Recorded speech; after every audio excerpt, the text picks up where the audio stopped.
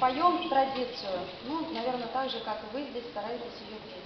Ездим по экспедициям, наверное, так же, как и вы.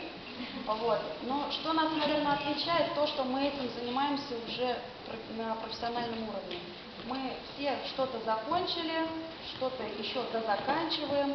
Вот. Надеемся, что вы тоже так же будете потом носить свою традицию по разным городам, представлять ее. Ну что, поем мы эрзианские, макшанские песни. Немножечко сейчас мы вам споем, потом немножечко поиграем на инструментах, и потом все вместе поиграем. Я так думаю, вы не против будете, да? Вот. Тогда самая, наверное, наша любимая песня «Кодамо Моро». Какую песню мы споем? Споем песню о том, как с гор водичка течет, тает, как уходят в рекруты молодые люди на 25 лет. И очень это прискорбно, потому что тогда, когда провожали в рекруты, провожали как-то уже насмерть.